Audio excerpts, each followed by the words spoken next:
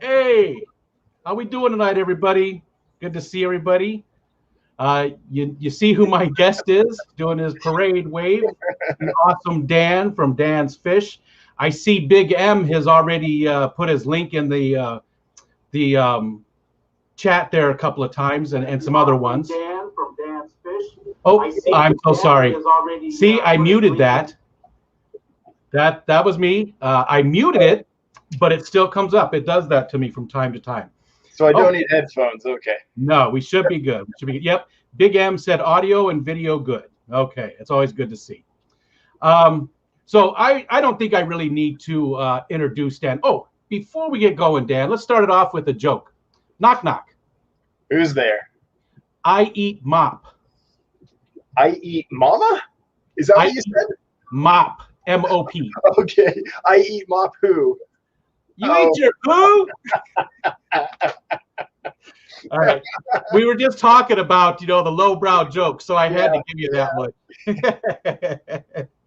All right. So anyways, I don't think anybody really needs, I don't think Dan needs an introduction. He's very well known. He does an awesome stream on Wednesday nights, always does a giveaway, and always gives away a ton of information for free.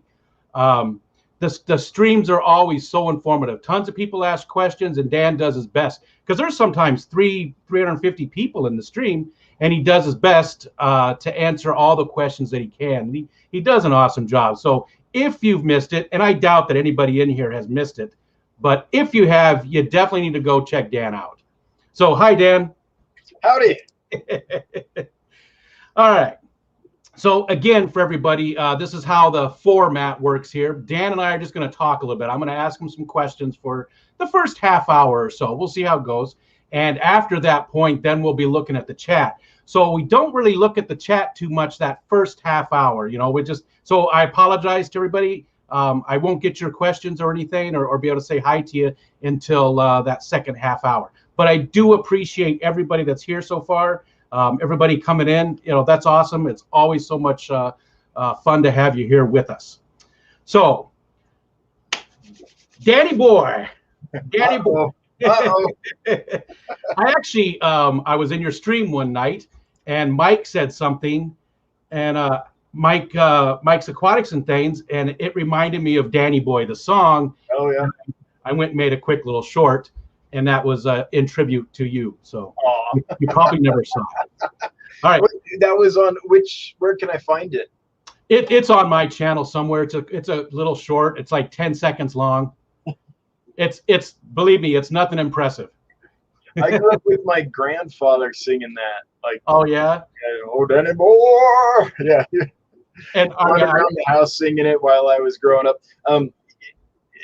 When I'd go visit him frequently because he lived really closely, and that's the song of my youth, man. Gotcha. That's interesting. Then that's fitting, and that's a good segue. Are you Irish? Because that's a very Irish song. Or was he Irish? Well, I'm sure I have Irish in me, along with lots of other things. My last name is French. It's actually Odnet. In French, we call it Hodnet because we're here. So a lot of my mom's side, a lot of British. Dad's side, a lot of the name's French, but there's not a lot of French blood there. So I'm a mongrel. I'm a European mongrel. You're a mutt guppy. As far as I know, yeah. And let's see. So, and everybody already knows this, but Dan's in the process of building a pretty original type of warehouse. He sells fish, obviously, on Get Gills. Dansfish.com, is that what it is? Yeah, dansfish.com, which is hosted on Get Gills. Mm-hmm. And I believe that, let me just make sure.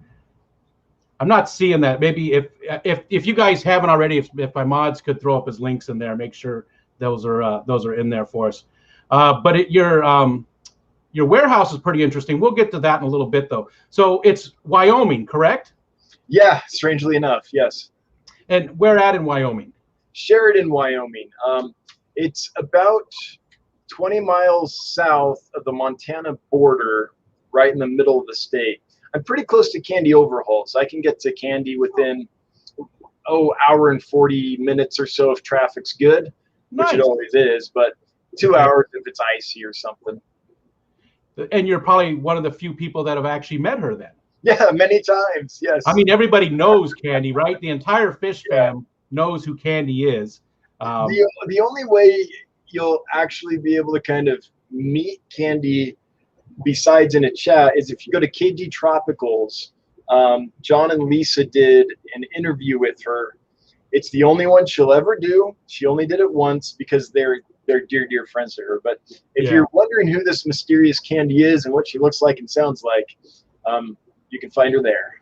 Gotcha. The only place. I did remember hearing that. I need to go back and watch it because I never did actually. I would love to get her on here. Maybe someday in the future, but I know she's a very busy person. Okay, so Wyoming. I know you lived in California. Where are you from? Are you from Wyoming or? Yeah, I was born in California and raised in California. Got through my studies in California. Ended up in Wyoming because our daughter, we were in Southern California, and our daughter was about to start kindergarten. She was about 4, and so we started looking at schools and stuff. And basically the story is we looked at the options available, and we're like, no offense to anyone in Southern California, like I love Southern California, but we didn't want her going to a school where there were metal detectors and it's more a prison than we didn't want to put her in school there is the bottom line. Yep. And we'd only been out of grad school for a little bit, so we're trying to pay off student loans and stuff. We didn't have the means for private school. So we started looking for communities where we thought it would be good to raise children. And we found a job that was kind of perfect for me here in Wyoming. And we saw that the schools were really good. And so we ended up moving here. So we kind of did it for that reason. That's really cool, and I understand that 100% because that's exactly why we left Arizona to move to upstate New York. The exact reason. When we left Arizona, they were #1 in the nation violent crimes against children, and last in the nation in education spending, and it showed in the schools. And we decided. My wife is from upstate New York. So we took a month-long vacation, went to where I'm from outside of Chicago and came up here, and this place went out because of the schools and such. So that's really interesting. We have that in common. But this isn't about me though. It's all about Dan. So you left Wyoming. How long have you left California? How long have you been in Wyoming now? 2011 we moved here. Oh, okay. So not that long ago. No, I'm still a noob. And does it feel like home now? Yeah, for sure. Took a couple years, to be honest. Yeah. There's just culturally, it's a little bit different. Not bad, not worse, nothing like that, but just different. And the winters, the weather's very different. It's quite cold in the winter, and kind of it's small town life, really, and that takes some adjusting to if you've been living in a big city like Los Angeles or something. Yeah. Yeah, but we're so glad we did. It really does feel like home now. The kids have been getting a great education, and it's just nice you can afford a lot more home here than you could in Southern California, and just have a lifestyle that's, I don't know how to describe it, a little more relaxed, a little more, see, I hesitate to say these things because I don't want to disparage anyone that's chosen a different path, but for me, I find it very satisfying. Yeah, I get where you're coming from. Yeah, I understand 100%. One little example, I guess, that might be interesting to people is like this warehouse we're building. If I had tried to do this in Los Angeles, it would have taken 10 years just to get through the bureaucracy and pay the right bribes, so. Yeah, plus the water situation. I mean, you wouldn't have, that would definitely be frowned upon with the water situation there. You mentioned kids. You left California because you had one. How many do you have now? We have 2. We got one of each, and we're like, that's good. You got the matching set. That's right. We got the matching set. Oh, excuse me. But let's as see. they say, you play, you pay. So we'll see. But right now we're sitting at 2. Yeah. Oh, I'm so far beyond done, but I'm old, so my oldest son is 30, so um, yeah, so we're definitely not having that. That ship has sailed a long time ago. That would be a very scary thing right now. Um, I lost my train of thought. We were on the kids. Oh, I scared you pretty good, huh?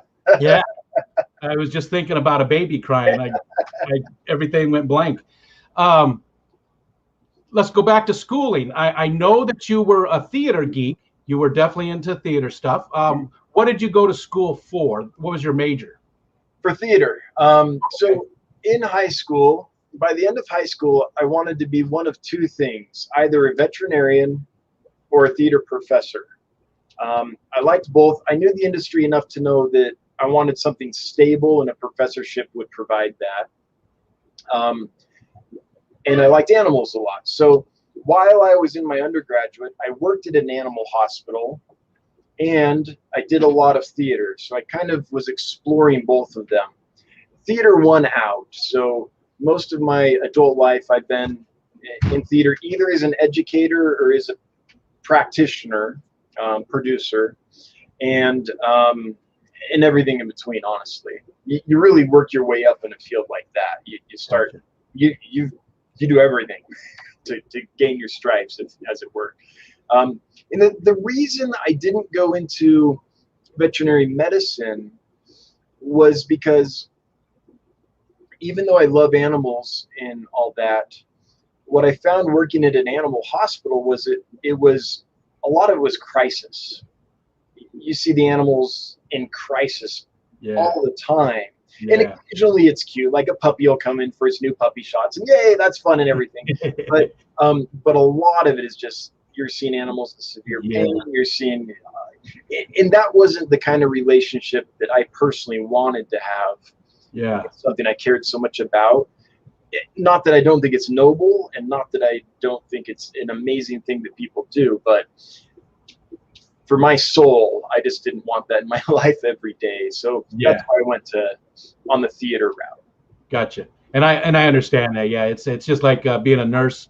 It takes a special person to do any of those types of jobs, and to be able to compartmentalize their life enough, to separate those things out. I could never do it. But I like the idea of professor. I think from now on we should call you Professor Dan. I think that's what we should call you from now on.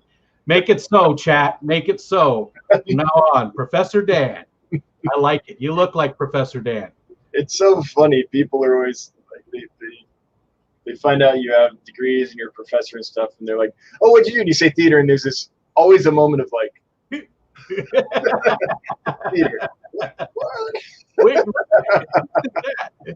you mean like movies? That's funny. What about other hobbies? You probably don't have a lot of time with two younger children, and with what's going on with your warehouse. You probably don't have a lot of time for other hobbies.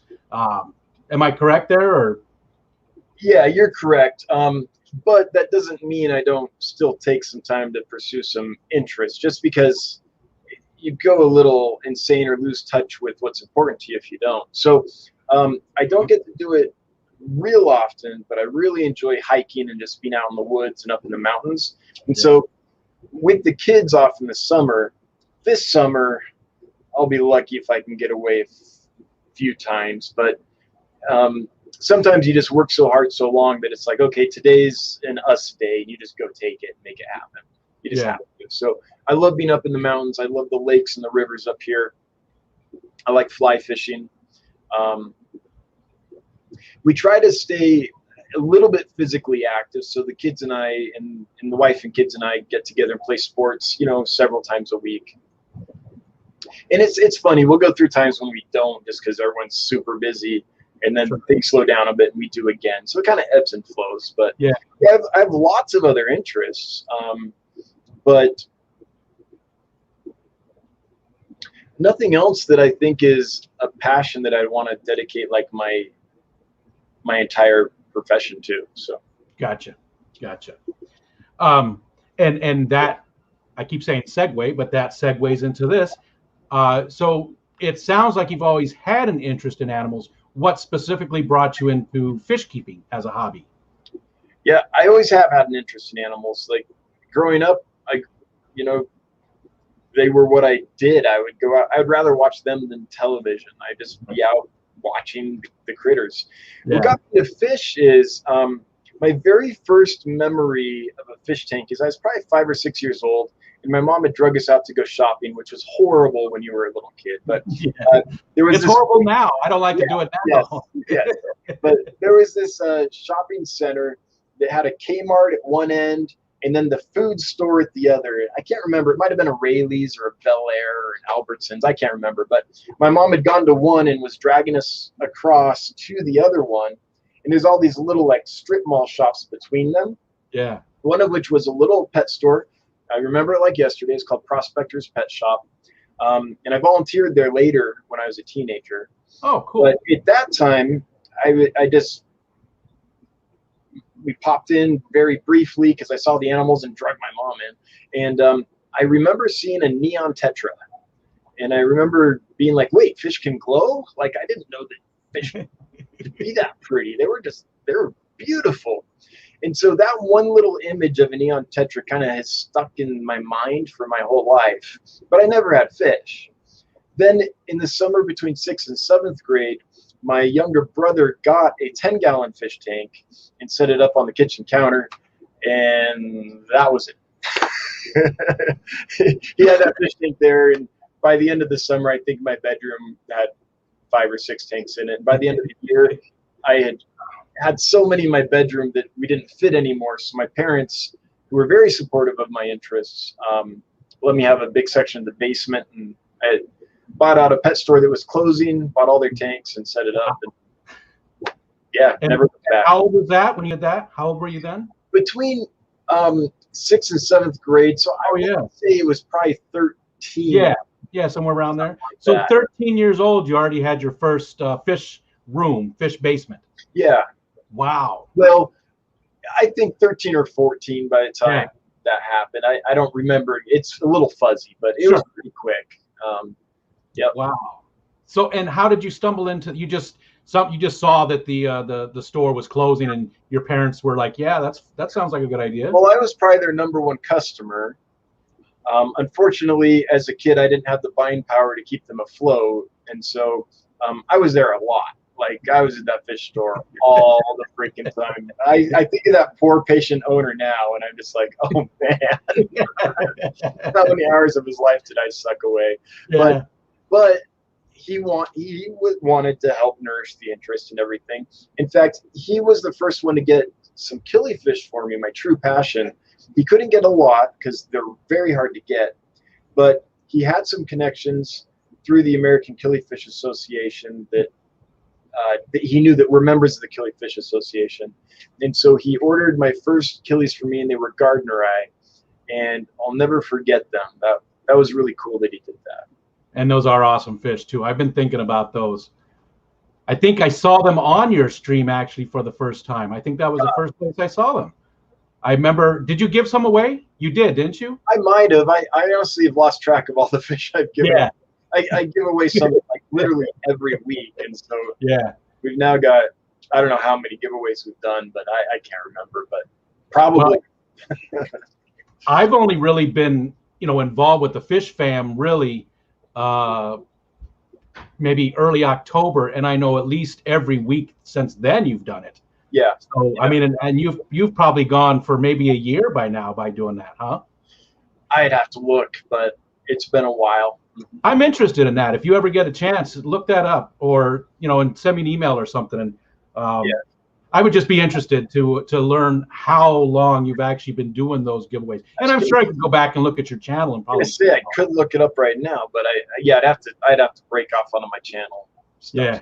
Do that later. I'm just interested, because I think you've. Let's see here. You've been doing it for a while. Mods, go look that up. Yeah, there you go.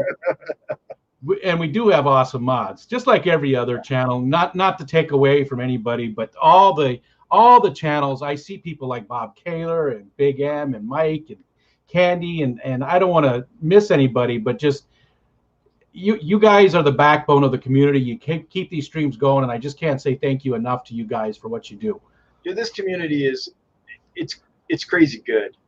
Like, it really is amazing to me. And I've been a member of lots of different communities and many different aspects. And I honestly think this is the best community I've been a member of, as far as like no drama. Every now and then there's a little drama, but the lack of drama is astounding. Yeah. And the willingness to help people, and either just like information wise, or when someone's struggling, I've seen people really help financially. Yep.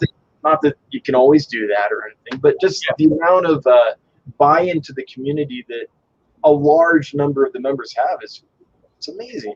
Yeah. Yeah, and I agree with you 100%. I've been in a lot of different types of communities, some a little more toxic than others. And, you know, I watched my first video probably June of last year, July. So I've not even been around for a year yet, but I definitely think the fish community on YouTube is just outstanding. And it's not just YouTube. I mean, it bleeds over into other social media as well. Right. My focus is on YouTube. And I just, again, can't say, you know, thank you enough to all the people that have helped me out and gave me information. And, you know, and again, people like yourself, with your streams that are just so informative. You know, you spend all that time. And, you know, I get it. You get some super chats and you get stuff like that. And like you said, you know, happy wife, happy life. But, you know, really, sometimes you're not making a bunch of money. I know you're not making a bunch of money from YouTube. So to do what you do and to, you know, help spread the word and to get all that information out really for free is just awesome of you. And well, everybody else. I get stuff out of it too. Like, so when I started, it was never my intention to do fish full time as a business. When I started streaming and things, I just did it because I liked it. And one of the things was, here in Wyoming, I missed my fish clubs. Like in Southern California, you could go to a different fish club every week. Like, there was lots of them, killifish, cichlids, general clubs, all kinds of stuff. And after being here in Wyoming for a while, I was like, man, I miss talking fish to people.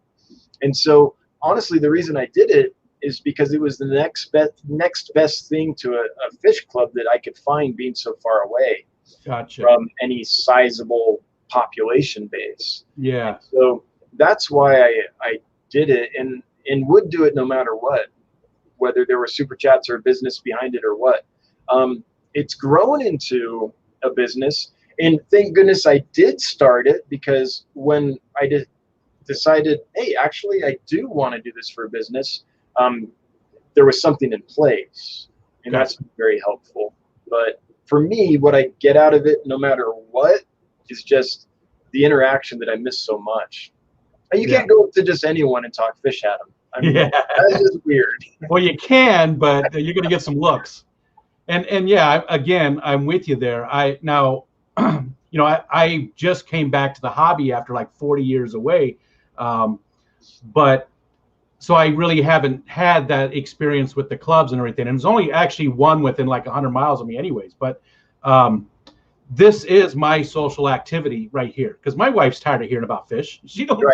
Every day she gets home from work and I tell her something, you know, the pea puffers were all out today, and she's like, oh yeah, hey, way to go, good on you, you know. So, the fish fam, saving marriages for like, you know, 5 years or whatever. It's so true. It's so true. Yeah, it's a great community. So we know where you're from. We know some of your hobbies. Fly fishing. Did you get into making your own flies and stuff too, or were you more just? No. Okay. I don't. You know, maybe one day. I don't know if it's that it doesn't really interest me, or I just don't have the time. Well, okay, I did as a kid because I couldn't afford flies, and I'd go find some feathers and some yarn and just make something. And when it worked, it was like, yeah! It didn't always work. But so it started with just like, I'm a kid, I like fishing, I have no money. How do I make this happen? But then once you start mowing lawns a little bit, you're old enough to do that, then you can buy some stuff. So I haven't done it. Yeah, time flies it doesn't draw me. But you know what? Something I'm learning is the older I get is like, you never know next year what you might be like. Why do I like that? Yeah.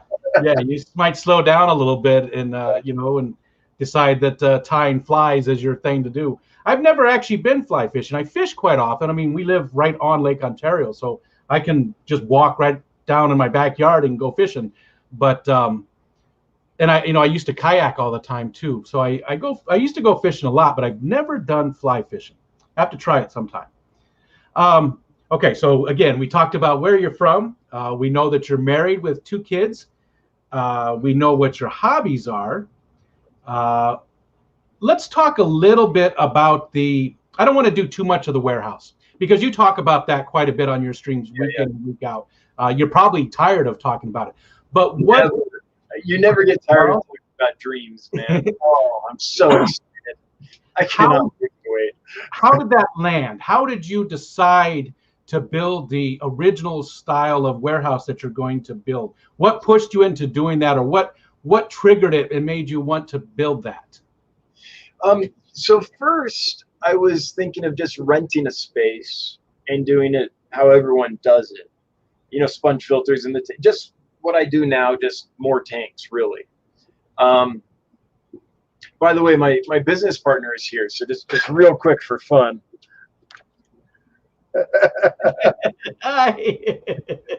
You don't see him a lot, but he's behind almost everything we do. Oh, gotcha. That's my brother Jonathan. Oh, hi, Jonathan. So he built Get Gills. He actually put the 0s and 1s in place to make that platform. Gotcha. In fact, that's what he's doing right now. So that's cool. So it might have been a conversation with Jonathan at some point. I don't remember for sure, but what I remember is thinking,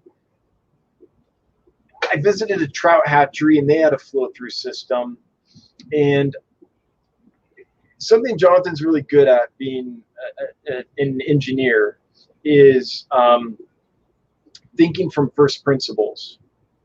And so I have like a lot of domain expertise of just fish and what that is.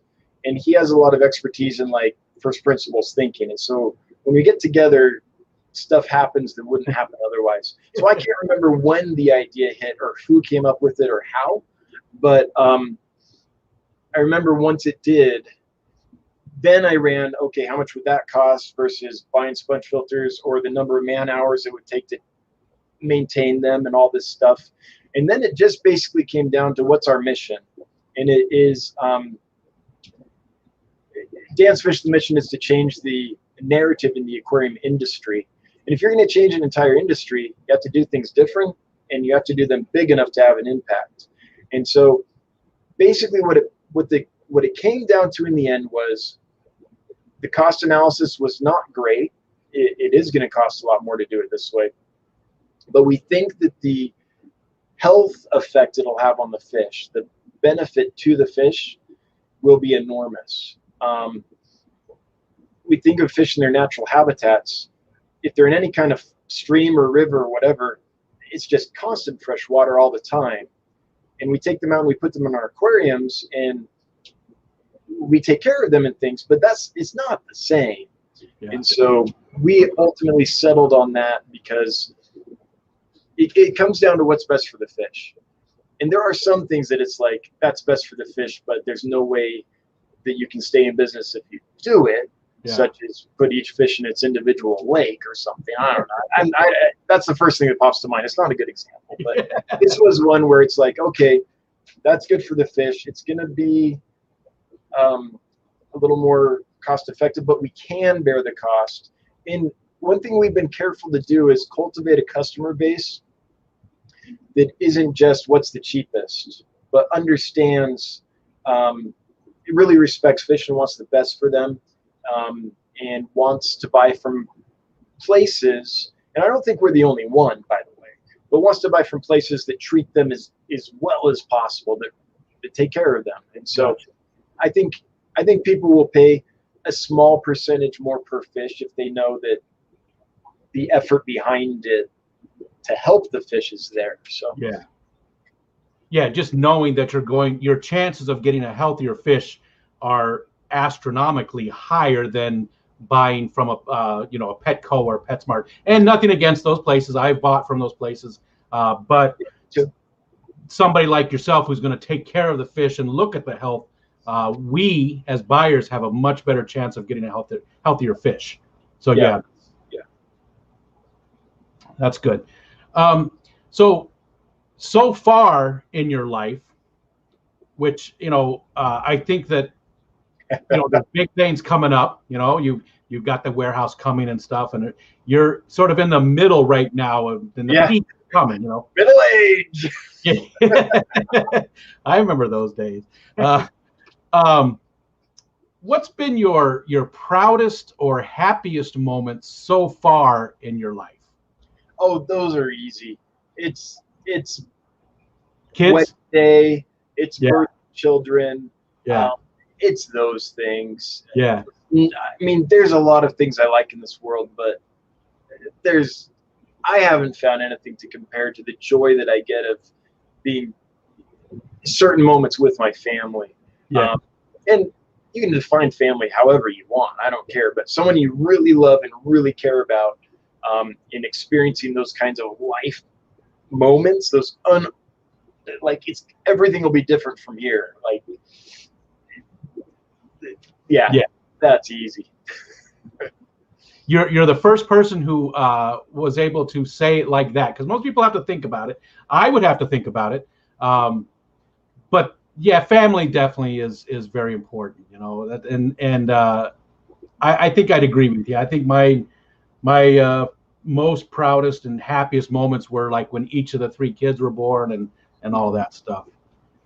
So that was quick. And I don't, again, define family how you want. There's people in non-traditional families or never get married and still have those experiences with their community. I don't want to. Yep. You're right. It's not just because you're married to somebody or that's your brother or whatever. Family is how you define it. Yep. I agree with you 100%. Well, those were all the questions I had specifically for you. We got through them really quick. Well, I mean, that's a half an hour. We did a half an hour. That's different for me to get through a question quick. Yeah, you definitely are very verbose on your answers in your streams, but not overly so. I always feel like you gave the right amount of information. And just like a lot of the people, my other favorites, like James from Fish Room Fever and Chattanooga Ed and all, I've got a bunch of favorites. But all of you guys have no problem saying, I don't know. I don't know the answer to that. Maybe you can go here and ask that person, or I'm sorry, but I don't know. You don't just try and make up something or throw something out there and hope it sticks. You say, I don't know the answer to that. And I appreciate if I do make up the answer, me and them as well, I think we say, this is what I think, but you should verify that. In my experience. Yeah, that's always lack of experience. Here's what I think about that. Yeah. And you definitely have a lot of experience keeping fish. Well, I was really lucky. So something we didn't talk about that I think might be interesting to know is I kind of grew up in an aquatic bookshop a lot of my life. So the pet store owner that got me my first killifish also referred me to a member of the American Killifish Association that lived in town. His name's Jim Forshey. He's my godfather. He very close friends. He and his wife and his daughter came to my wedding. If life events were there for each other, all that. And he owned, literally, it's called The Aquatic Bookshop. And this was back in the 90s. It was before Amazon. It was an online bookstore just for aquarium stuff. Wow. So he had this entire bookstore, and I grew up there. Like, I mean, anytime I wasn't at the pet store at home, I was there. I was there weekends. As I got older, when I was in college, I would go to class and then go to his place and have dinner and sleep and, you know, be surrounded by fish books. So for, I don't know, for 10 years, I kind of grew up in a fish bookstore. And that was really formative for me because you could find out a lot of stuff. And that was before, I mean, it was an online store, but the internet wasn't the same. It was difficult to find things. I forgot what got me on that, but. And did he sell fish too, or was it just fish books? Just fish books. That's a niche. Yeah. You know? Oh yeah. You've never met someone like Jim. Like I've never. Yes. And it sounds like an awesome place because I love.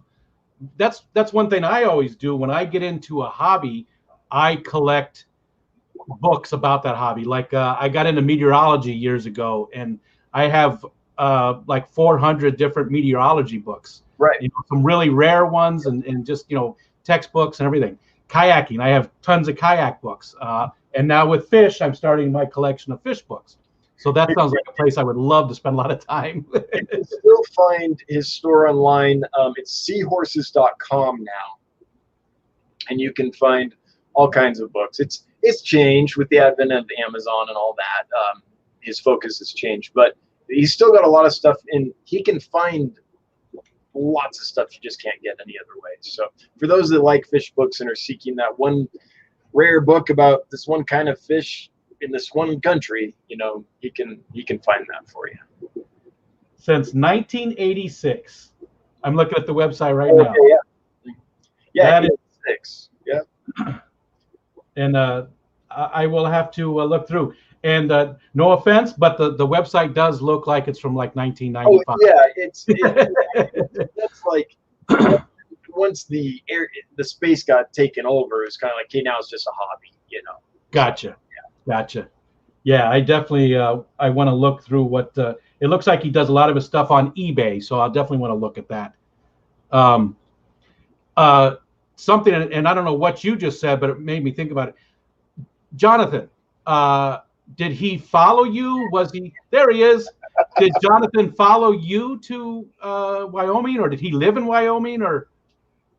Well, you're bringing a mic and I can't see it. There you go. So I live in Texas. I'm actually just up here helping out. Oh, so okay. I find my way up here as regularly as possible. Oh, that's good. Oh, that's good that you guys are close. Yeah. You know, with technology these days, it's pretty easy to do what we're doing. We can talk and stuff anytime, just jump online. So that's great that you guys are close. I don't have that with my brother, my older brother. But anyways, okay. So that was. Is there anything else that you'd like to tell us? Is there anything else that you feel like we didn't talk about? No, I just felt like I should mention that because we talked about the local mom and pop that got me started in Achilles, but Jim was just such an important part of that whole journey and stuff. So it'd be wrong to not mention him. I do find that people that have such a strong passion for whatever hobby it is usually have somebody like Jim, you know, that have helped them along. They don't just usually fall into something, you know, and there are people who do, but people like yourself that have, you know, you're beyond hobby. You know, you're a businessman now. You're doing a business on this hobby. People like yourself usually have that mentoring that happens that make them stick with these hobbies more long term, I think. So that's something I miss too, is a mentor. Let me just do this real quick there. Sorry about that. Okay. So let me scroll back up here now. Hey, everybody in the chat. You know, again, it's frustrating to me to not be able to talk to everybody in the chat, because when I go to a live stream, that's what it's all about. It's the interaction between the chat and the people in the stream. And the whole first, you know, the first half hour, I don't even hardly look at the chat at all. So if people have questions for Dan, now's the time to ask him. And Dan, I don't know if you heard me tell you this, but the first thing I posted in the chat was the first person to ask Dan what the fish behind him are get a knee to the groin. And we've had 2 people ask so far. You know, those are awesome fish, though. They really are. I expected a shipment of them in yesterday. So far, it hasn't arrived. They promised they would send them today. That's why I'm kind of, every now and then you'll see me glance over here, because it's getting to be the end of business hours over in California, and I keep waiting for their email. So, but I'm trying to get more so I can give, folks want them. I want to provide them, but they are nice. They're definitely awesome fish. I've been thinking about just some rose lines for myself.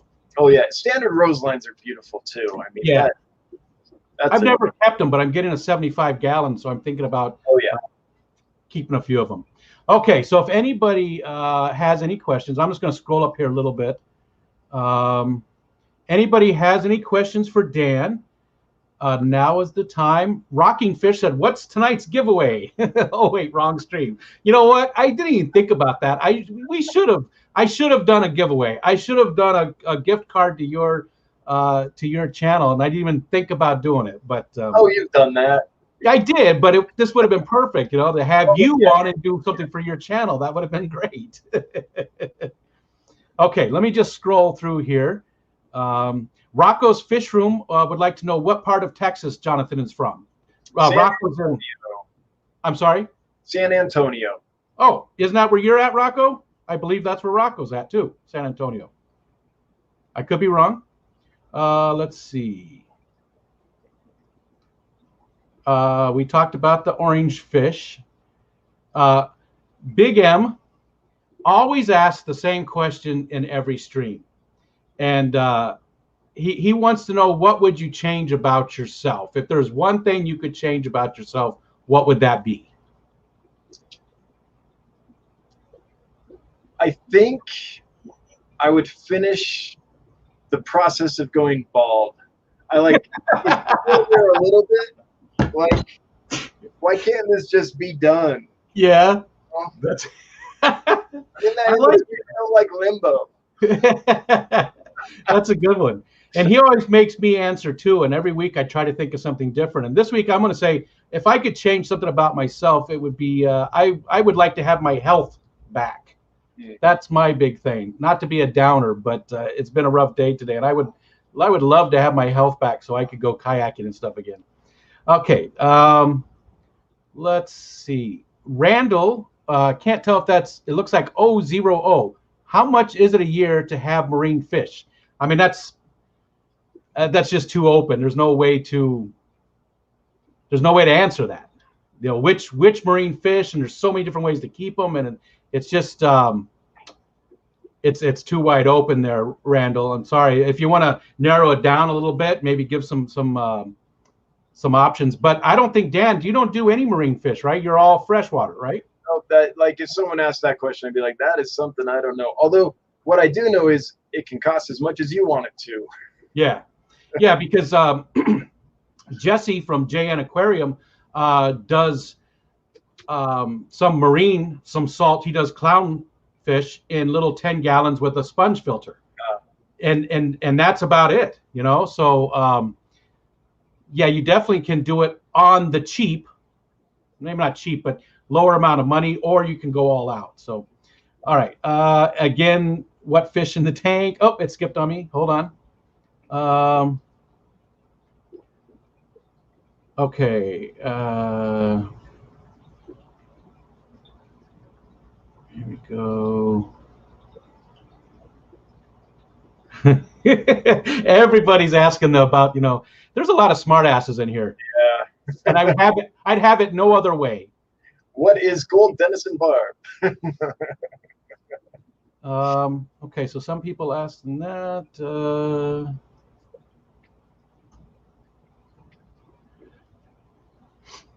Yeah, Jonathan, Rocco said, Jonathan is almost like my neighbor. I'm in Seguin. I don't know if I'm saying that right.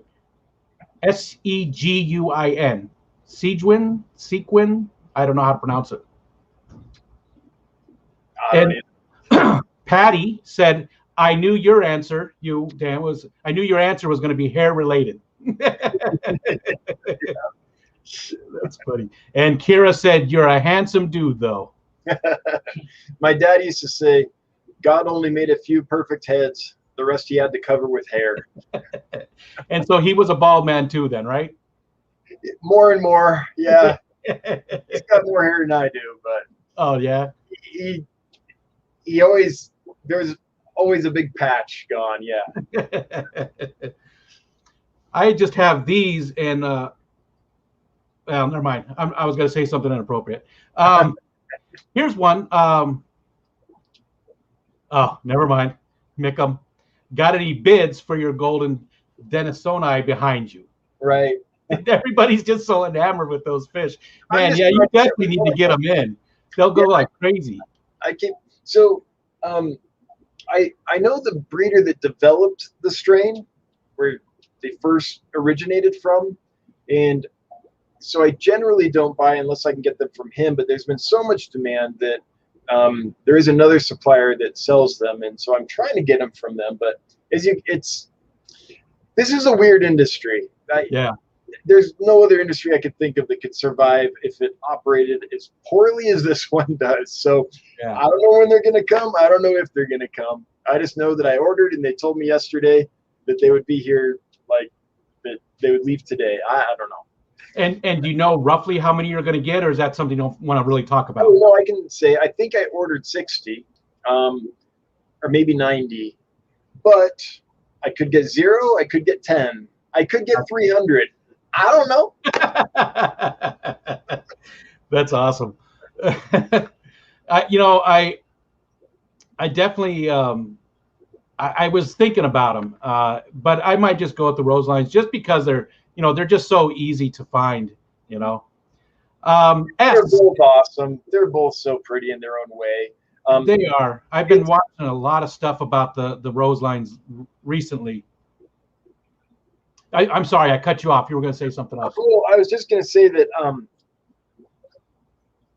I think that they pop on camera really well just because they are so bright. So the difference, I would say, between a standard rose line and a gold rose line, or Denison, or whatever you want to call them, is these you'll notice from across the room. The standard rose line, you'll notice as you get 5-6 feet from the tank, but close up, they're absolutely stunning as well. So it depends. Do you like that delicate nature beauty, or do you like that kind of neon lights beauty? So I just like that I can get the other ones. Oh yeah. Because I plan. I'm actually hoping to get my tank any day now, my 75. So I'll be in the next few weeks. I'll be looking to, and I still haven't really decided what's going to go in there, but I'm thinking those are going to be my main, and then I haven't decided what else to go with them yet. I've got a short list, but we'll see. S would like to know if you have any sports teams, any favorite sports teams if you watch sports. Whichever ones my kids are playing on at the time.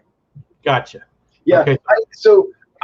I enjoy sports. I don't have a lot of time, but one thing I do like to do is watch a football game or a basketball game, or I really like volleyball as well. It's fun to watch volleyball. And when I do, I'm not married to any team. I typically look at the pairing and root for the underdog. It's more exciting that way. Yeah. Whoever's down, go. So I don't have any team that I'm like really rooting for, behind, or anything like that. Gotcha. I do just in football these days. I used to watch everything except basketball. I never liked basketball, but now it's just the NFL. But if my team isn't playing, Chicago Bears, if they're not playing, I'm the same way. I usually root for the underdog. Yeah, I like watching people do miraculous things, like at a skill level that I couldn't imagine. Yeah, in athletes, right? That's what I enjoy. So I don't care who's doing it. I just like it when those amazing moments happen. So yeah. I missed it somewhere. Maybe it's because Kira or whoever, I can't remember who it was now, but they were talking. They were saying how handsome you were, and the Midnight Lobster said, "Calm down, he's married." Hey, It's good to know I still got it. 44 Mag Guy. Any Epistos? Any more Epistos breeding? I've got a few, just kind of the steel blue epistogrammas still going, just a little colony that, and I'm not trying. It's just they're in a tank, and every now and then some babies appear. The thing that's breeding a ton right now are the electric blue Acara. I've got a whole bunch of like 1/4 to 1/2 inch size babies, and they have another brood right now. But I don't have a lot of Epistos at the moment, no. Just the steel blues. That brings up a good question too, and you've probably talked about this before. Are you going to do any breeding when you're in the warehouse? Are you going to set aside areas for breeding, or if it happens type of thing? Well, it's okay. So when you're starting a business, you have to be lean and mean and hyper. I don't mean mean by unethical, but just you have to be hyper focused in order to succeed. If you get distracted, you're dead. And so at the beginning, no. Although if something spawns in a tank, we'll probably, find a way to raise some babies or something. But no, at first it's going to be all about how do we get this up and running? How do we scale it? Like the mountain we have to climb is already big enough without adding any more footage to it, right? Gotcha. It's a big mountain.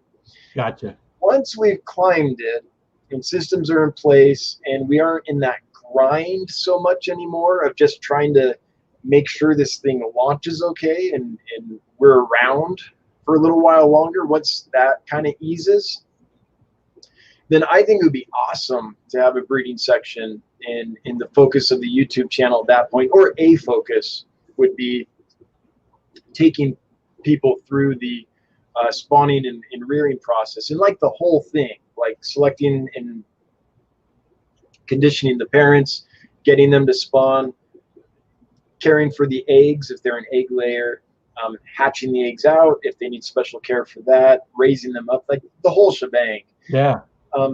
One thing on YouTube right now I think that we're lacking is much of that. If a fish happens to be spawning, we might get a video where we see the bettas embracing or see, and that's cool. But the whole thing of like the trajectory of from before that on through the process is usually not documented. And I know why. It's a long span of time, and so it takes a lot of video. Yeah. The only person I know that's doing it consistently right now, and there could be others, and if it's you, I'm sorry, I just don't know, but is Mark's Aquatics. He's a British fella that does a lot of that. But that's I just watched one of his videos today, actually. Oh yeah.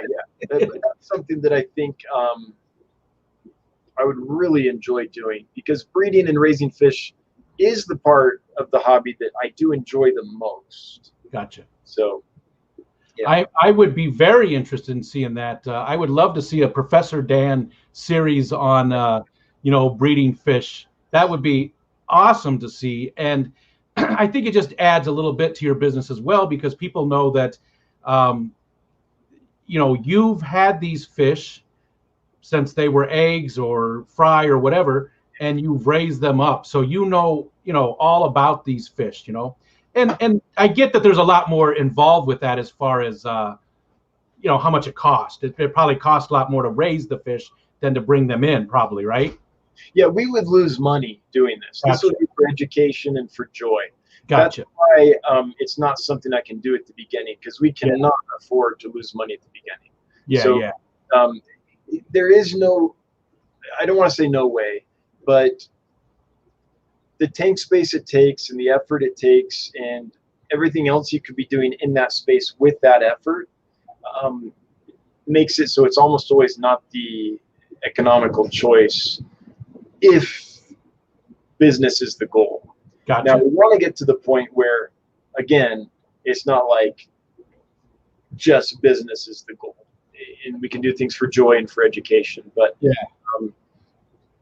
won't be at first. Gotcha. But I will break out the old tweed jacket for you. Nice.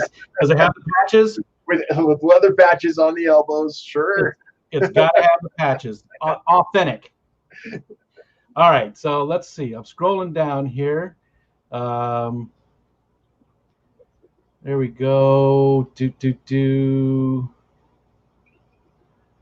Mike's Aquatics and Things said you taught us, Rico, and I bet you that's the comment about being a bunch of smartasses.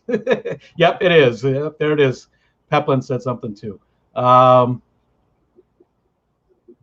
Okay.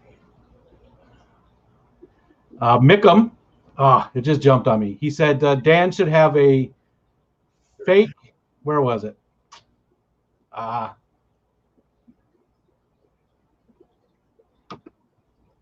Wow. Where'd it go? Oh, there it is. I'm glad I'm not the only one. Like Chad jumping, I know that feeling, my friend. I hate it. I hate it. It's the worst thing about streaming. I mean, I could use the StreamYard one, but it's so far behind too.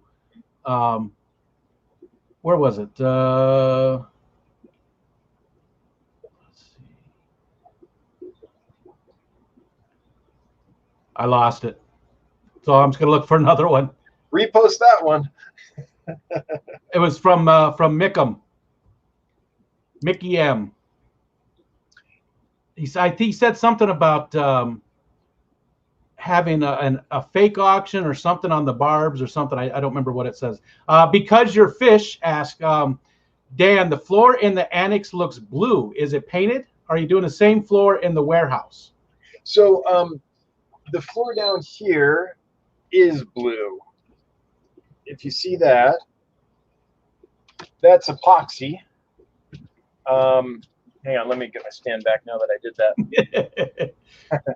So that's an epoxy because I wanted a nice waterproof floor for obvious reasons. And this is down here in the basement here. It's so like the floor was just thrashed. It was poured in 1925 and it had a big coal furnace in it and part of its life. And it had carpet on part of it and tile on part of it. And it was just a mess. So I just wanted to strip it down and start fresh. So took everything out, got a big old, one of those massive utility sanders basically, and just scraped off all the top layer of the cement to get a fresh layer so the epoxy could stick. That's the only way I could think of to get it kind of level, get it so that there wouldn't be water damage, because water on your cement over time on old cement that already is kind of cracked, that's not good news. Yeah. So that's why I did that here. In the annex, which is the facility upstairs, in my garage, what used to be my garage, that's just cement. That's just the garage floor up there. But so I think you're referring to this one. But I would highly recommend it. That epoxy floor has been an absolute joy. It's been amazing. Just make sure if you do an epoxy floor that you put a gridded clear coat on top of it so that you don't slip, because epoxy wet, that's instant fall. That's like walking on ice. Yeah.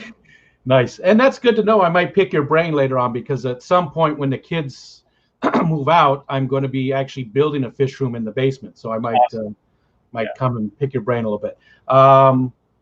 There was something else. Here we go. Sean, Shell Dweller Sean. Yes, Mr. Shelley. Oh, and wait, before I get to that, Because Your Fish, anybody here who's not subscribed to him should go check him out. He's got a lot of very cool videos. There's some puffers. He's got all kinds of different stuff. And he's given away stuff on Dan's channel before, right? Didn't he do some giveaways? I think probably has a store on Get Gills. I don't know. I can't remember if it's active at this moment or not, but yeah. Super nice guy, and he has a lot of cool videos. So definitely go check him out. And if one of the mods maybe could throw up his link, that'd be awesome. Let's see. Sean, back to Shell Dweller, asked Dan if he's seen the snails on any list. I doubt it, but I haven't asked in a while. I'm sorry, man. The moment I do, your name will bing in my head like that. I won't forget you. What type of snails are we talking about? It's a Lake Tanganyikan snail. So, Sean, as you know, is way into shell dwellers. So there's specific things to their habitat that he's looking for, and it is just so hard to source those things. Gotcha. Leif de Mason might have like a lead on something like that, but yeah, I haven't found anything like that. Okay. Big M would like to know your favorite. He's got a few here. I'll start out. What's your favorite book? Oh, that's a good question. Doesn't have to be fish related. Just yeah. Oh, it's not. So I'm gonna go with the one that I've been thinking about most recently, which is a a marketing book called Purple Cow by Seth Godin. And the reason that it's my favorite is I discovered it a couple years ago on a long drive to pick up an imported fish from somewhere, a book on tape. And usually when you listen to a book about business, it lands as false. Like it's like, make money, go get them, like all these platitudes and all this crap that I'm like, that's not substantive at all. Write down your goal and go for it. Just crap like that. You can make money by writing a book about making money. Yeah, it's exactly.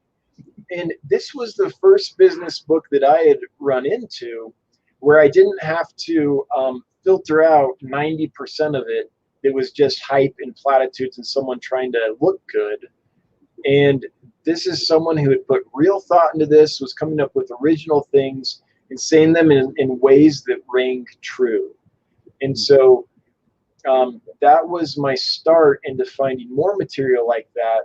And those ideas confirmed a lot of what had been kind of pinging around in my mind as the way to approach things. And so that was a really important book for me, and that author has become a huge inspiration, and I learn a lot from Seth. So I'm going to go with that. There's lots of others.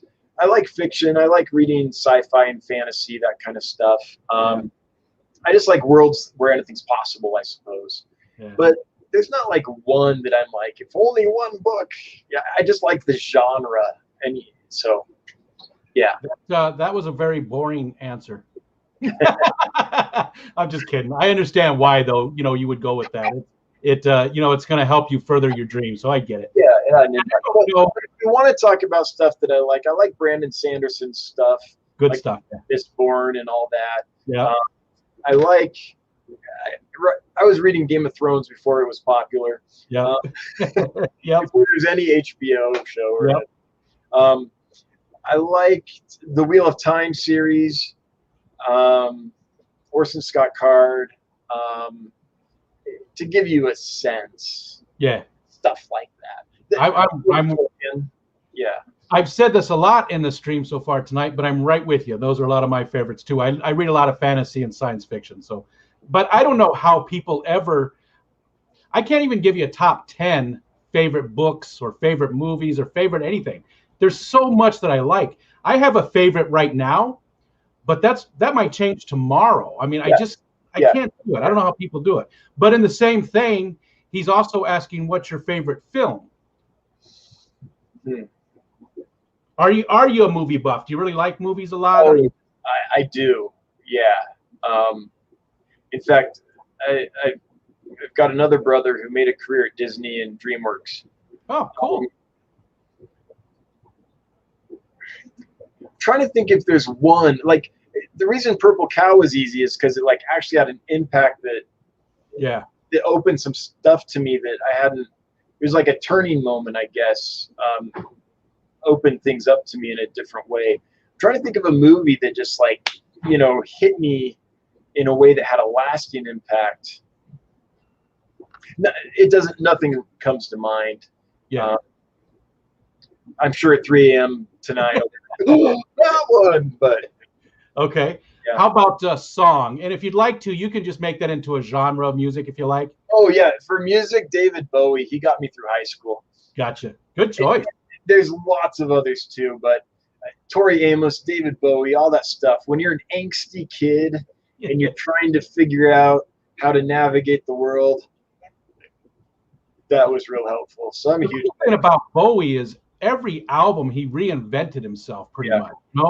So there's all these different genres that you can pick from just within his catalog. Yeah, absolutely. So he's a true performer. Like I like in artists. So I like when it comes to music, like top pop, probably not. I want someone that I've seen the art and the originality,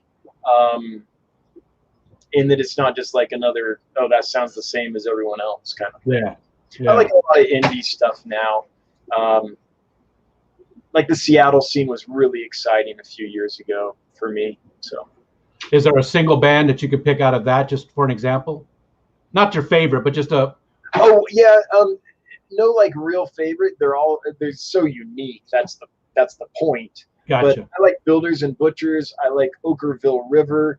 I like the Decemberist. Oh yeah, I like them too. I didn't know those first two. I'll have to give them a listen. Builders and Butchers is like nothing you've heard. It's like if you took Bob Dylan, a folk genre, and how would you describe it? And really made it rock, but in a very unique way. It's not just like power chords, and I can't even describe it. Well, I'll go listen to Butchers. I'm sure you could just YouTube them and have a little listen. But yeah, I will definitely, because I'm always looking for new music. In fact, I always, when the kids were younger, that's how I sort of kept up on new music that wasn't on the radio. Was I'd ask them to tell me a band that they've heard about that they're listening to, and then I'd go check them out and see if I liked them or not. So that was pretty cool. I don't know if I mentioned it or not, but Tori Amos back in high school, man, just piano rock. Who else does that? That was cool. You know, a lot of the stuff I really like, though, I don't listen to it a lot anymore because it's usually really dark and gritty and stuff, which I love, but I can't have it surrounding me all day or it's not good. Yeah. But it's what I really like. I don't know. It's enjoyable to me. I just realized Chattanooga Ed's in the stream, so I had to get his picture up. Ed is on every stream, so he's always hanging out with me. My buddy Ed. Yes. He's in every stream. Hi Ed. We had a 3-hour stream last night. It felt like it was half an hour. Okay. Probably should actually. Geez. We're already running over a little bit. How's your time? You got. I am putty in your hands, my friend. Okay. Okay. Scary. I'm gonna scroll down here a little bit. No, since Jonathan's here, he's running the fish up to UPS today and stuff. That's why this worked, because Jonathan's here. So gotcha.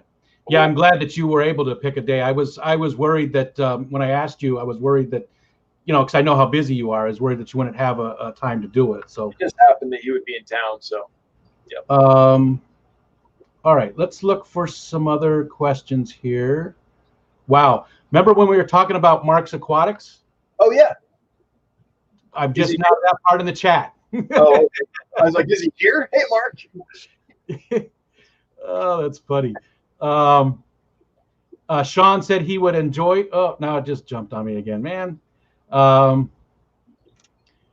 Sean said he would enjoy Professor Dan Thane, and geez, now I got to find where it was. I like the ruler and the tweed.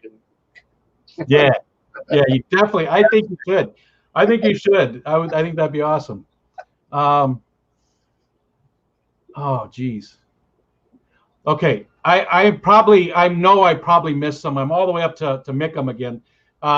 He's expanding on his fake auction he was talking about earlier, just for fun to see how bad people want the barbs, not the teased, just for pure stunning info fact. Just to see what people are willing to put out for those. Fact-finding mission. Yeah. I probably should have chosen my words better there. How much money they're willing to pay, not what they're willing to put out. Freshwater Canucks. How about I'm a fish jerk or fishy jerk with an arrow pointing up? That's my thing. See, when I do my videos, I always, everybody always says, "Hey, fish fam," or "Hey, whatever." I always say, "Hey, fish jerks." Everybody's a fish jerk. All right.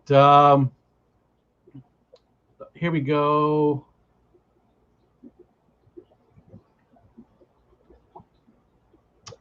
Nope, I'm not gonna do that. There's Ed.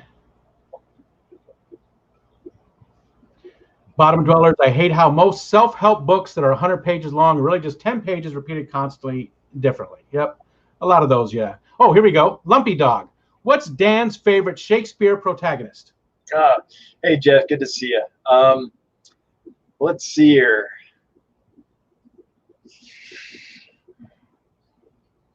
I couldn't do it.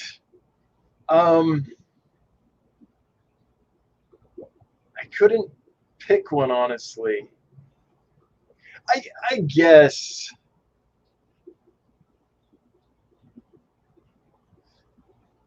maybe Two Gentlemen of Verona. I think Portia's an interesting character. I couldn't pick one, honestly. I mean, it's just too hard. The one that in academia was always lauded so much was Hamlet, and that's an interesting play that has a lot in it for academics to dig into, but it's also just a whiny kid, so I don't know. But that's what I like about Shakespeare, is his people aren't perfect; they're human, and yeah. So. I don't read Shakespeare or anything, but you know, if you describe some of the stories, I'd be like, oh yeah, okay, yep, I know that one. Mm-hmm. But I do like that in the fantasy and stuff that I read now, to have that's why Game of Thrones was so awesome.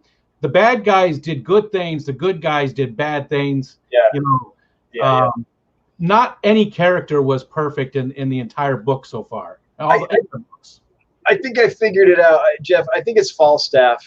I don't know if you would actually categorize him as a protagonist, but what fun. Falstaff.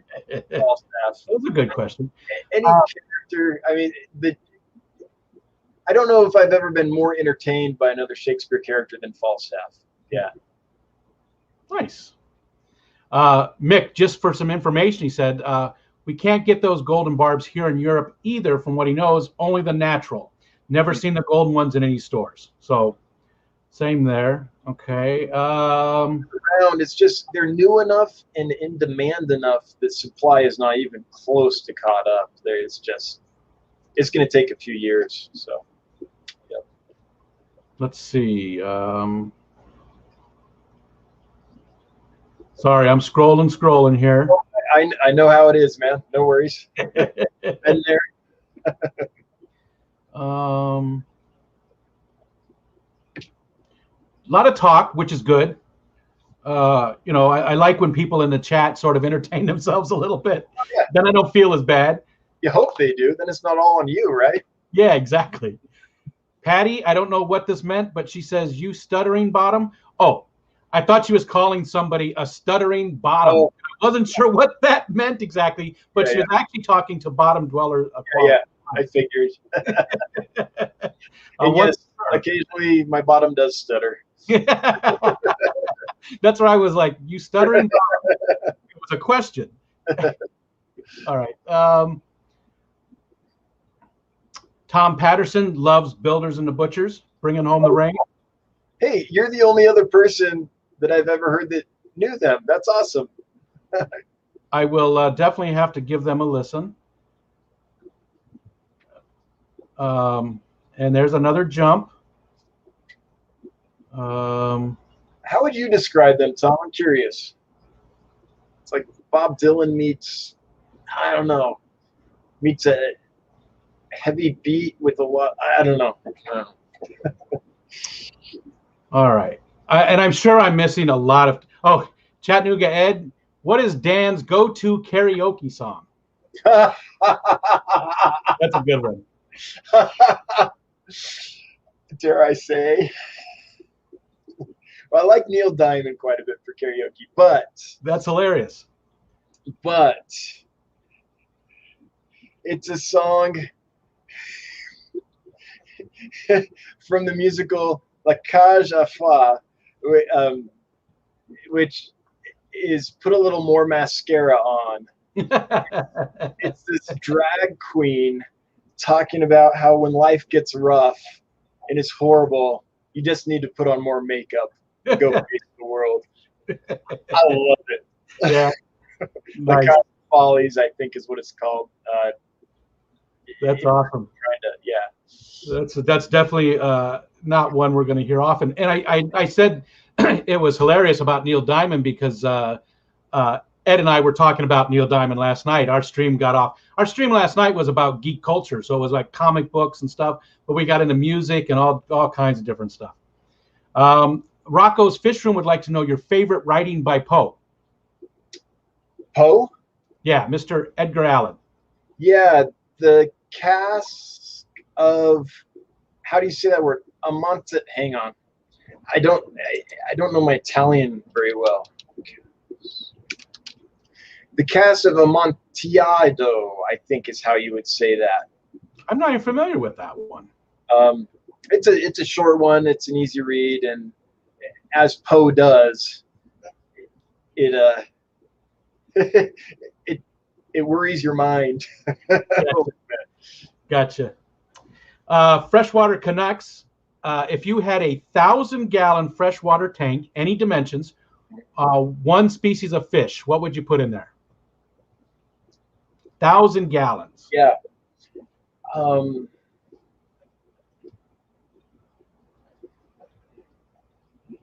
This is not going to sound all that interesting to a lot of people, I don't think, but I would just do a massive school of cardinal tetras. That would look amazing. A tank that I've been thinking about for a long time. One of the coolest tanks I ever saw was a big old tank. I don't know the dimensions, but it had a school of cardinal tetras in it, big enough that it had an impact even in that size tank. But they weren't so crowded that it didn't have balance to it. So yeah.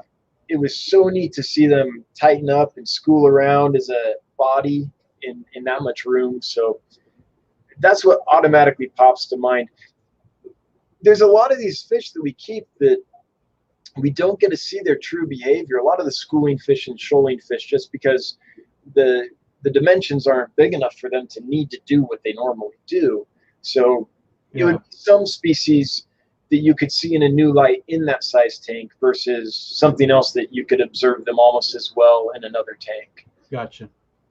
Yeah, you're not really a monster fish guy, really, huh? Oh, no, it wouldn't be a monster fish. Yeah. I'm the same way. I mean, I've never kept monster fish yet, and maybe someday that will be my focus. But right now, I definitely like the idea of that too. They're really cool. Like, I was at Rich Byerly's house when I was in California, I don't know, 2 years ago now, maybe. And he has a big old, like, basically barn, and a lot of it has really large tanks in it. And one of them is this massive fruit picking vat. I don't know how many tens of thousands of gallons it is. It's big. It's the entire length of a barn, and I want to say 15 to 20 feet wide. Wow. And it's the first time that I saw monster fish and was like, that's cool, because they had room to roam. You would go to feed them, and all these massive, like, ripsaw cats and stuff are coming up and tickling you with their feelers, begging for food. And it didn't feel like it was too small for them. So I like monster fish. It's just if I ever had a big old space, I'd keep them. But yeah, in general, I want them. Yeah, it's hard to find enough space, I guess. Gotcha.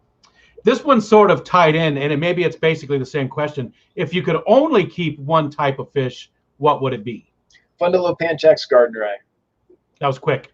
Yeah, I'm asked that question a lot. And oh, gotcha. I don't know if it's true, but it's the answer that pops in my mind. If I was actually in that situation, I'd have to put a lot more thought into it. But it's the first killifish that I kept and bred and raised, and just for nostalgic reasons, if nothing else, I just love that fish. Gotcha. Let's see. Okay, scrolling.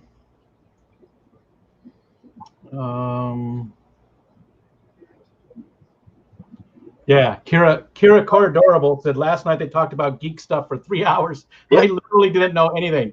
She left and came back, and we were still talking about the same stuff.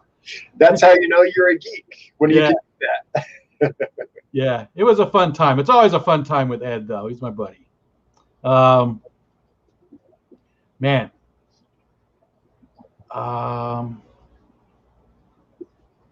I am not seeing any more, and I'm almost to the bottom now.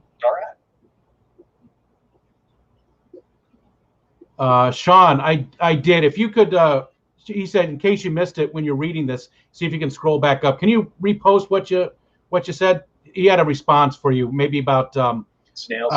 yeah, checking in with somebody else. I think there's Edgar Reyes, and hi to everybody else too that I didn't say hi to. Let's see. Okay, and this is back to the monster fish. If you could, and you had the means to keep it, which monster fish would you like to keep? Oh, it's a really good question, and I'm gonna have to think about that on the fly because that's not something I put thought into before. Yeah. He asked me as well, and I have no answer for it because I really don't even know what's out there. I'm so new to the hobby. I'm trying to think of something that is like calm enough that I could actually jump in and kind of swim with it. Like I like Arapima, but I wouldn't trust them. Like they could take off my arm. I like arowana, but they're too flighty. They wouldn't want to like come play with me. I like the big old catfish, but they're really armored and spiky. That could be dangerous. Yeah. I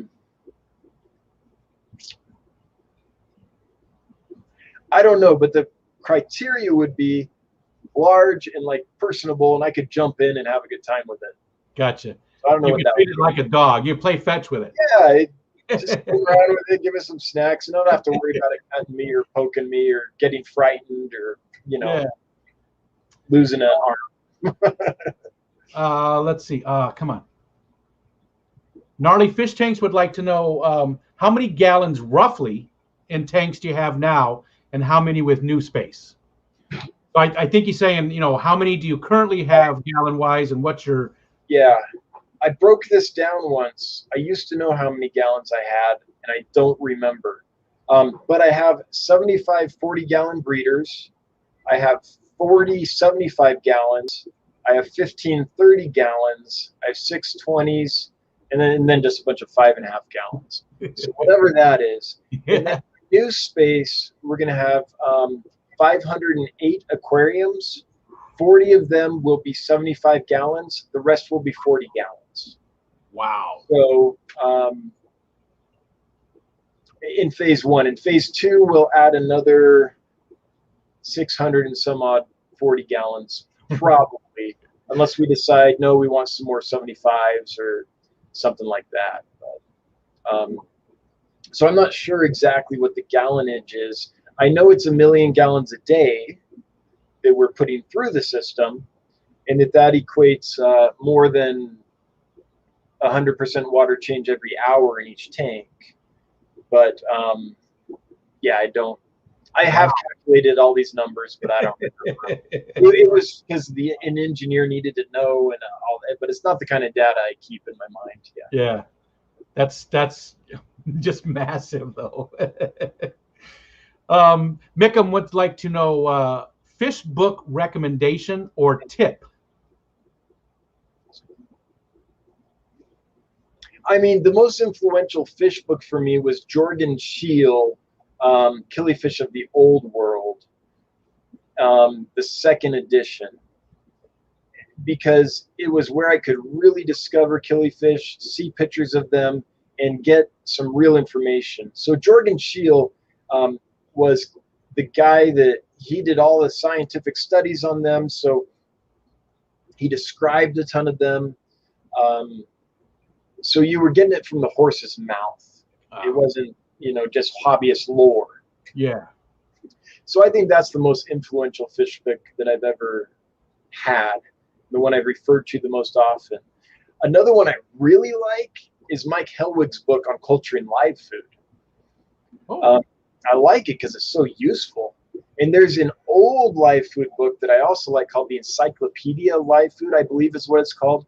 But that was published in maybe like the 40s. And so the terminology and stuff is so different, and like the way they describe doing things. But Mike Helwig's book it's very accessible, and the information, if you want to culture something, you can turn right to that item, and within a page or two, have a good understanding of what to do. So I really like his book.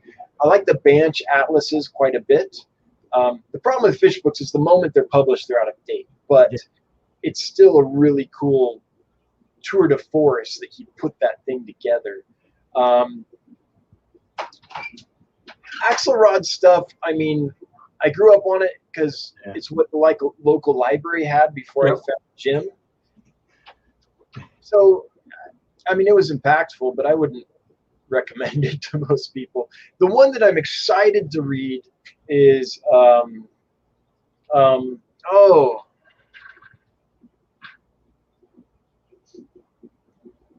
man, what's his name? He's in his 90s. Randy Reed just interviewed him again recently on his podcast, and he wrote a memoir.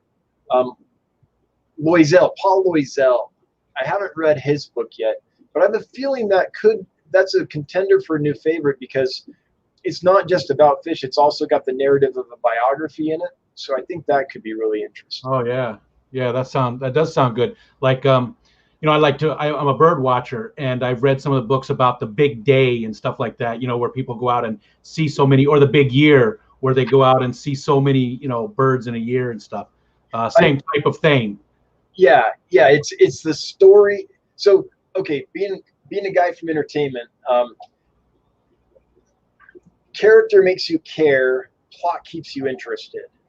Like, plot is what's going to happen, when, and how, and character is why you empathize with the people. So when you just have a fish book, that's just information. But if you can wrap a personal journey into it, now you've added character and some plot, and suddenly it can hold its own. So McCoy has come out with a series that I haven't read yet, but I think will be awesome as well.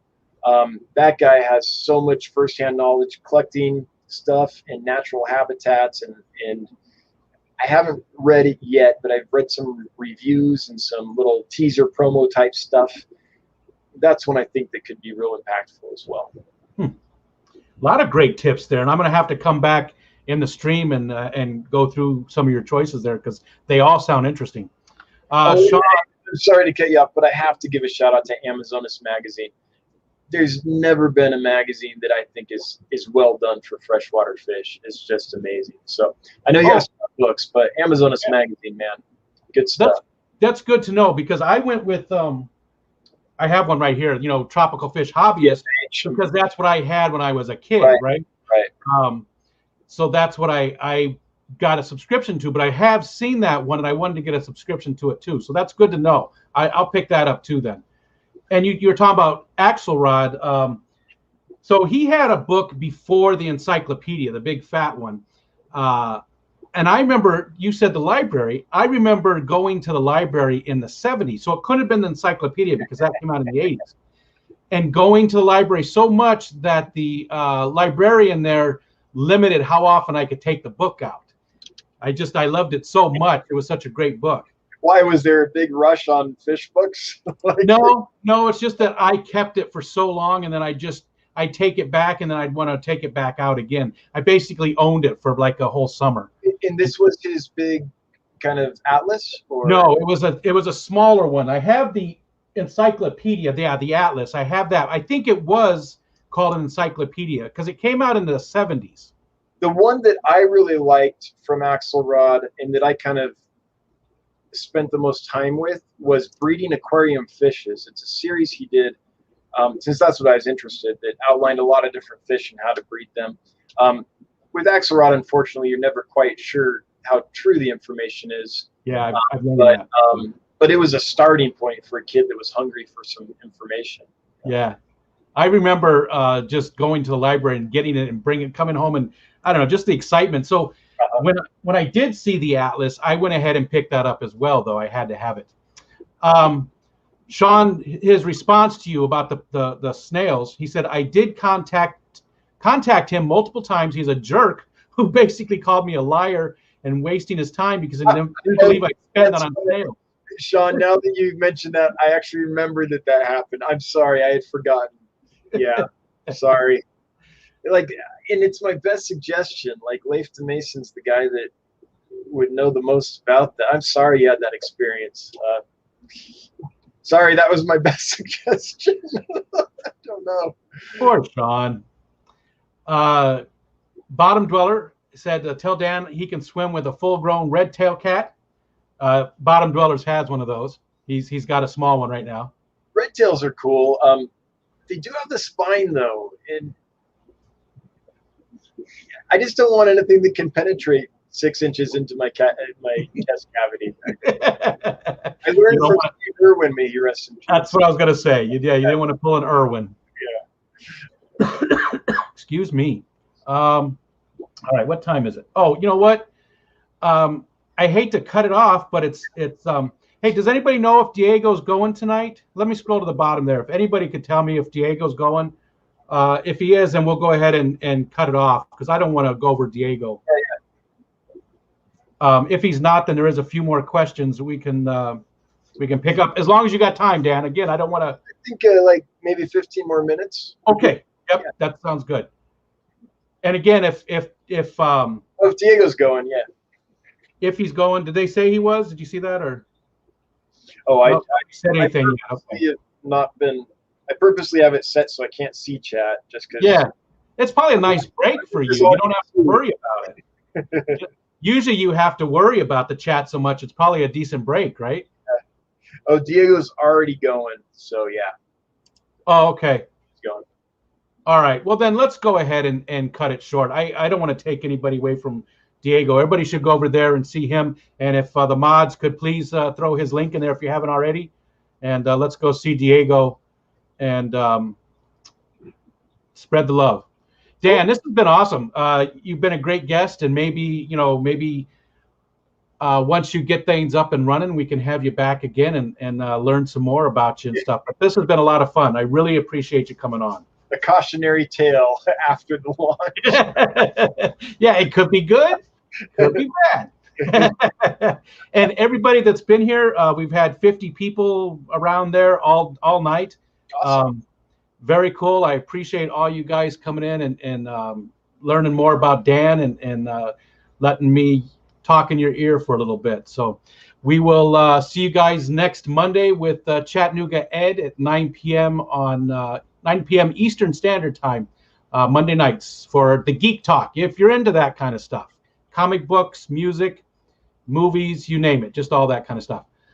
All right, guys, take care, everybody. Thanks, Dan. Hey, thank you.